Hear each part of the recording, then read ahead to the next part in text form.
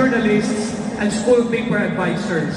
I will unlock, though I know the meaning of RSPC, Regional Schools Press Conference, but I will have my own definition, unlocking of RSPC. Letter R is responsibility. It does not mean that you are already considered the cream of the crop of your respective schools, but you have your responsibility that goes with it. Be responsible as a writer. It does not mean that you have the pen already and you have the freedom to write anything you want to write. There has to be responsibility. With the theme, empowering communities, you have now the power to write about your respective communities. You have the power to write about Borongan. You have the power to write about Biliran, to write about Maasin. Because it is in writing, it is in the power of the pen that we can transform our respective communities. And that is responsibility. Not only in writing, but you are also responsible in taking care of yourselves in your participation in this year's RSPC. Be responsible enough, especially that your parents are not around. School paper advisors, you also have your own responsibility. But of course, your first responsibility is to produce winners, is sustainability. You sustain. If you have started your efforts in honing your skill in writing, you sustain that.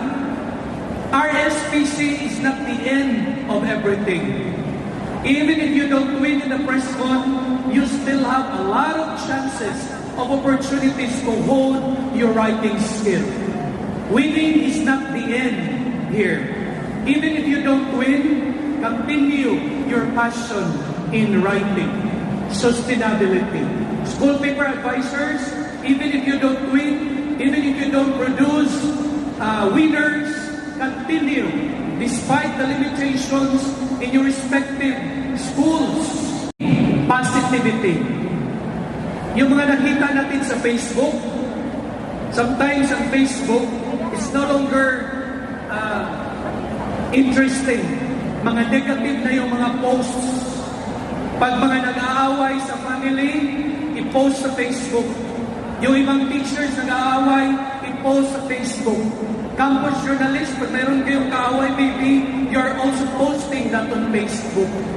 Some students malign their teachers on Facebook, right? Diba? Some people in the community malign teachers on Facebook. And that is no longer responsible journalism. Think of emotions, that whenever you do that, there are people who will be hurt. Okay? Positivity. You could just imagine if this world will be populated with people with positive minds. And I'll give 2 words for letter C. That is character. I expect positive character from the school paper advisors, positive character from the campus journalists. Tacloban City is the host, and the classrooms in Tacloban are not hotels, right? They are not your slaves. The principals attending to your needs are not your maids, are not your boys. So whenever you request from them, say it nicely. Ma'am, sir, again, Tacloban City classrooms are not hotels. If there are missing amenities, you provide kung kaya mo. I understand that there are also parents around. May mga delegates na nakabilit sa hotel with parents. Okay lang po na. Because that is also a show na the parents are very supportive. Pero mas okay din na yung mga kabataan are with a group. Because this is where they rub elbows with the other delegates. Diba? Yung mga taga-Biliran will meet Southern Leyte. Southern Leyte will meet Tacloban. Northern Samar will meet Eastern Samar. And this is where campus journalists will grow. Talk about your place. Tell that to other campus journalists so that you will be empowered as campus journalists. You can build your own communities. Be competent as a writer. If you participate in editorial writing, you should know what editorial writing is. Because if you write a teacher article, talo ka na. If the contest is on sports writing, you should have the rudiments in sports writing. Pag editorial writing, dapat may force, dapat may encouragement. There has to be convincing statements and move your readers into action. You should be competent.